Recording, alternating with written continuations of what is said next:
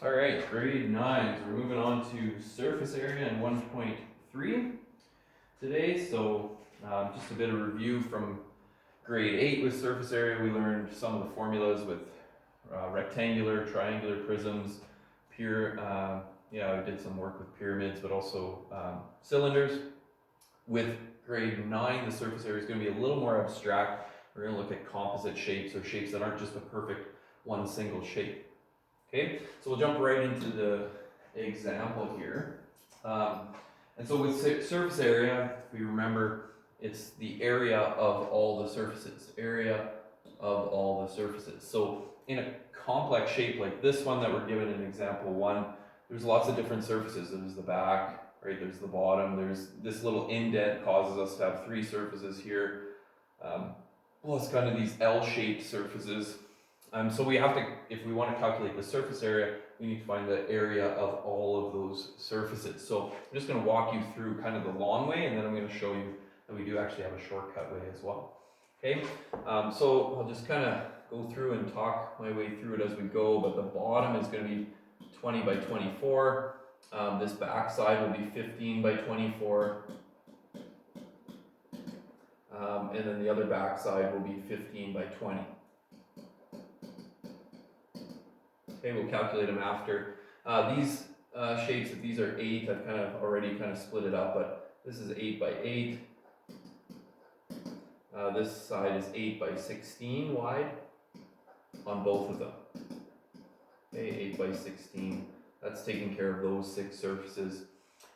Here this is 20 and this is 8, so that means this is 12. So we've got a surface that's 15 by 12. And I've kind of split it up into another surface that's 8 by 7. Okay, then over here, same idea. We've got one square here that's 8 by 8, and then another rectangle here that's 7 by 24, as I hopefully can fit them all in here. And then lastly, I didn't do the top yet, so it's 12 by 16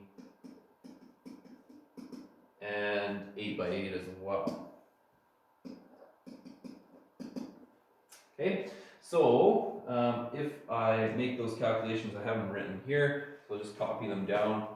20 by 24 is 480, 15 by 24 is 360, 15 by 20 is 364, these ones are 128, 15 by 12 is 180, 7 times 8 is 56, this is 64, 7 times 24 is 168, 12 by 16,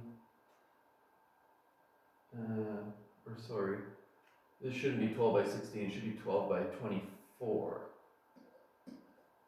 Okay, 12 by 24, that's 288.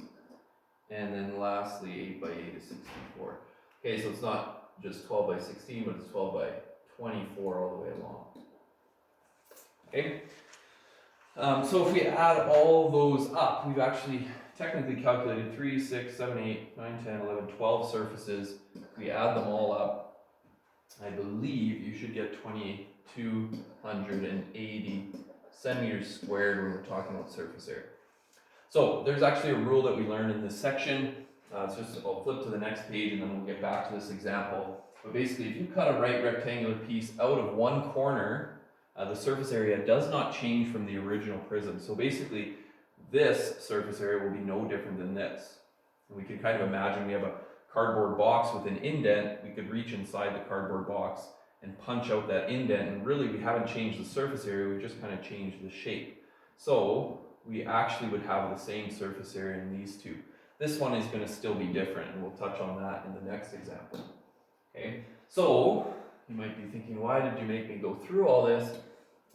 But you can go through it the long way, but that helps you to appreciate that there is actually, if we think about this, we can figure out that there is a shortcut that we can use.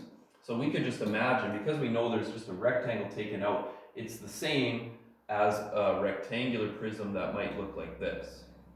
Okay, where this would be 15 by 20. And I've got 2 sides like that, because the front and the back would both be 15 by 20. You've got 2 pieces that are going to be 20 by 24. and you got two pieces that are going to be 15 by 24, this side and this side, right? So 15 by 24, and you'll notice that's going back to grade 8, where we would have calculated that, and so 3 calculations would give us the same thing. It should give us the same thing. So this would give me 600, 20 by 24 by 2, give me 960, and 2 by 15 by 24, 720. If I add up those, you can check for yourself as well. Just make sure that you're doing this right.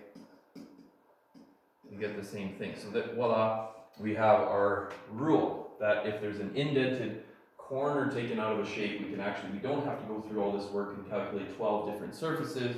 We can actually just do the 3 calculations. Okay, any questions about that? My class is getting smarter and smarter. No questions. All right, so figure 3, that's what we're going to deal with. We don't really have that shortcut for something like this. We just would have to calculate this surface, this one, the bottom. Kind of have to do each of these, and then each of those, and then the back. You have to just do it manually if you've got a shape that is just all the way across. And so that's what we have here in the show you know. Okay, so we've got this step. It gives us some dimensions. If this is 40 and this is 20, that tells me that that step has to also be 20. This is 60, and the whole thing is 90, which tells me that this side will have to be then 30. And so then we can start calculating some of these steps.